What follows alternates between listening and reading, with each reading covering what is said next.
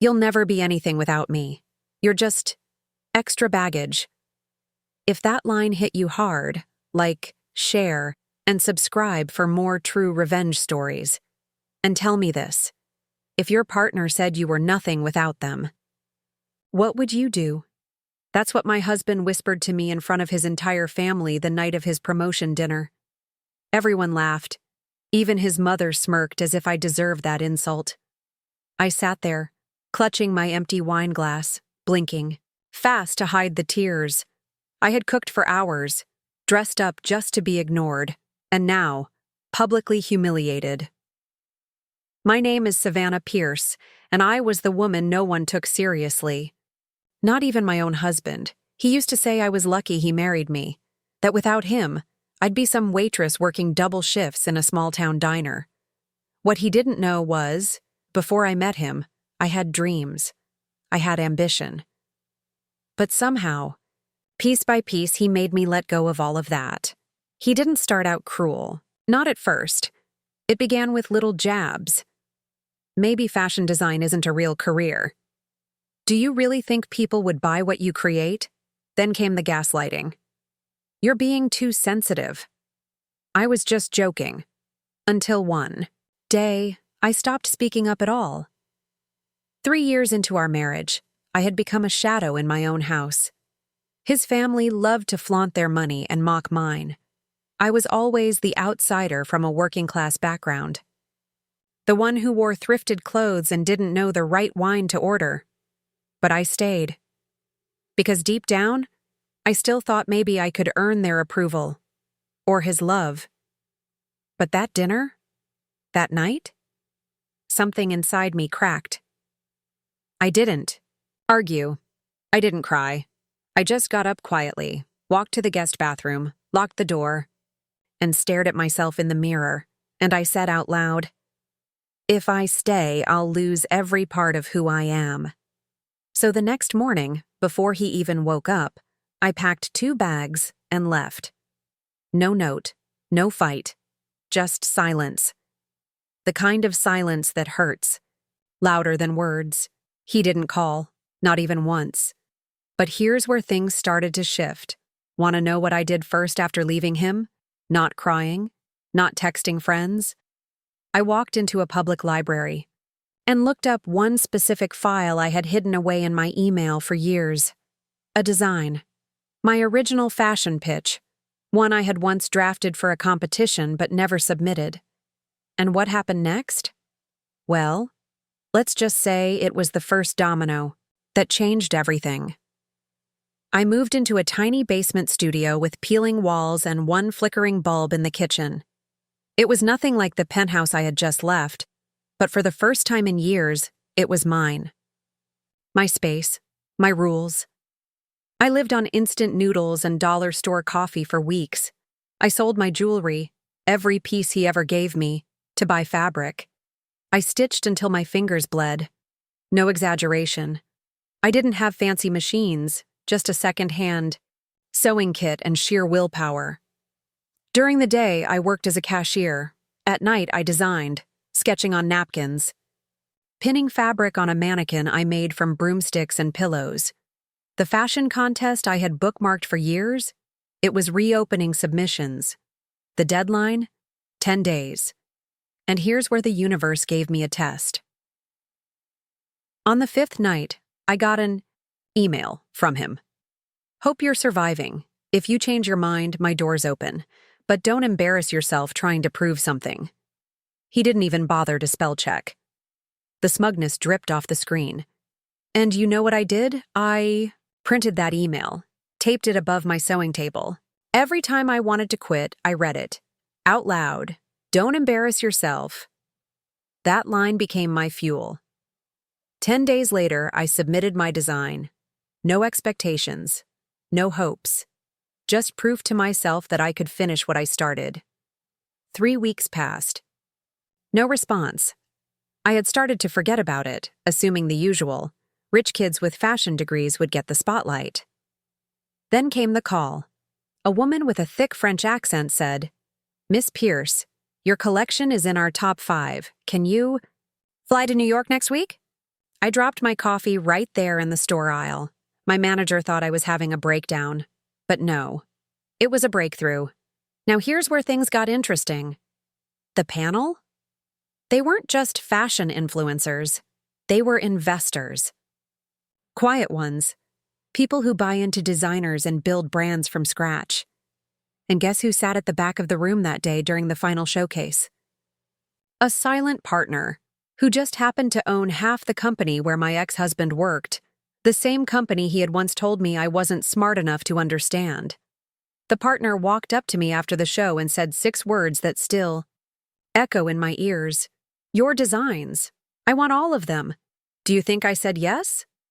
Hold that thought, because what happened next wasn't what anyone expected. I didn't say yes right away. Instead, I smiled and asked one question. Would your offer still stand if I wanted majority ownership? The man looked surprised, then laughed, not mockingly, but impressed. No one's ever countered me like that, he said. I just shrugged. I've been underestimated before. Never again. He agreed, not just to the deal, but to my terms. Within 3 months, I had my own brand. My name, Savannah Pierce, was printed on sleek black labels sewn into every piece. The designs? They sold out before the runway lights cooled down. Celebrities posted them on Instagram. Bloggers called me the street couture queen. But I didn't. Stop there. I quietly bought more shares of the company that once belonged to his world, the same corporate monster he used to worship. And one night, as I sat in my new office, downtown, high-rise, marble floors, I saw an internal email pop up on the investor channel. We're restructuring. Leadership changes are coming. Guess whose name was on the termination list? Yep, my ex-husband, Liam Cross. Fired. Not just fired. Fired by a vote led by the new majority partner, me. But here's the twist. He didn't know, not yet. He thought the decision came from some distant board member. So I waited, quietly, strategically, until the day of the annual shareholders meet. I walked into that glass conference room in a navy blue suit from my own line. He didn't recognize me at first. His eyes went wide, his mouth dropped a little, and then he said it. Savannah? I nodded, cool, calm, like I hadn't once cried myself to sleep beside him. What? What are you doing here? I smiled. A slow, devastating smile. Oh. Didn't anyone tell you? I leaned forward and whispered, You work for me now. Or, at least you used to. He stood up, shocked, glancing around the room for support, but no one came to his rescue, because every single person there had already voted, and I was the tiebreaker. Security will escort you out, I said, but feel free to keep the keychain. It opens the parking spot I now own too. But wait. Just when you think this was the final revenge, something happened that changed everything. Do you want to know what it was? Think about this. What if Liam wasn't the only one who betrayed me? As Liam stood there stunned, unable to process the humiliation, I noticed someone else in the room avoiding my gaze. My heart skipped. My throat tightened. Ava, my best friend. My only friend during those lonely years. The one who used to sneak wine into our bedroom when I cried. The one who told me, You deserve better. She was there, sitting at the boardroom table, wearing a sleek gray blazer, holding a leather folder with the company's emblem. I hadn't seen her in over a year. She looked up finally and smiled. But not the smile I remembered. This one was colder, controlled, professional. Savannah, she said like a stranger, didn't think you'd be back. Back? I was leading the room. What was she talking about? I tried to hide my confusion. What are you doing here? She stood slowly, slid the folder across the table toward me. I'm the director of strategy now. Started last fall. Right right after someone left the picture. Liam? It hit me in the gut. I didn't want to believe it. I opened the folder slowly. Inside were documents, memos, emails, some signed by him, some by her, some both. I scanned them, and my blood ran cold. She hadn't just joined the company. She'd been helping him block my early buyout offers. She'd been leaking my pitch ideas to the design team, ideas I had shared with her during midnight calls, designs I thought she loved. I looked up at her, every nerve in my face frozen. You were the leak, she shrugged. Business, babe. You left, remember? Someone had to take the opportunity. Liam sat down now, silent, embarrassed and powerless. But Ava smiled like she still held the winning card. Then she leaned forward and whispered so only I could hear. I never believed in you either. That should have crushed me. But strangely, it didn't. I just smiled back because she didn't know. She didn't know what I had done 2 weeks ago.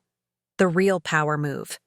The one that would bury them both. And trust me, you'll want to hear what it was. Because this twist, I didn't see it coming. I didn't react to Ava's smirk, didn't scream, didn't flip the table. I simply leaned back in my chair and tapped the tablet in front of me.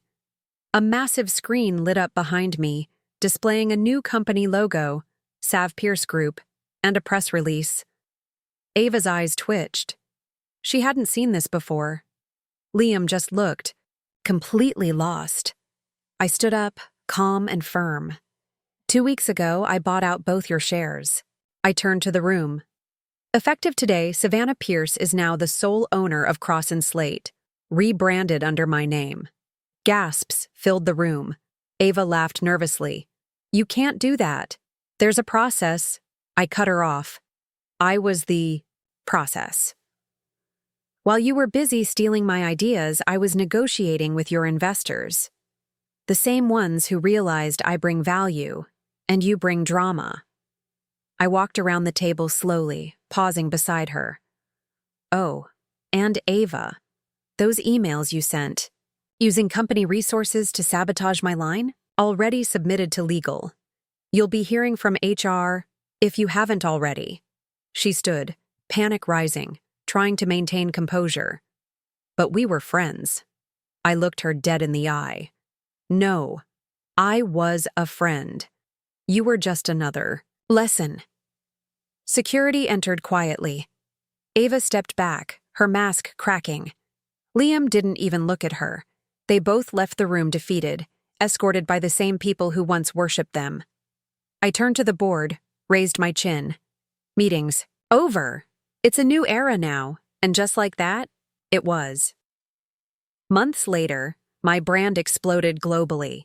Stores opened across Paris, Tokyo, and New York. The girl they once called useless was now on the cover of Forbes. I sat in my new office, holding the first sketch I ever drew. Same lines, same fire. Someone once said I'd never be anything without him, but I didn't just become something. I became everything they feared. Moral of the story? Sometimes the people who tell you you're not good enough are just scared you'll outshine them. And when you stop needing their approval, that's when you become unstoppable. Now it's your turn. Have you ever been told you weren't good enough? What did you do? Tell me in the comments. I read. Everyone, if this story gave you goosebumps, hit that like button and share it with someone who needs to hear it.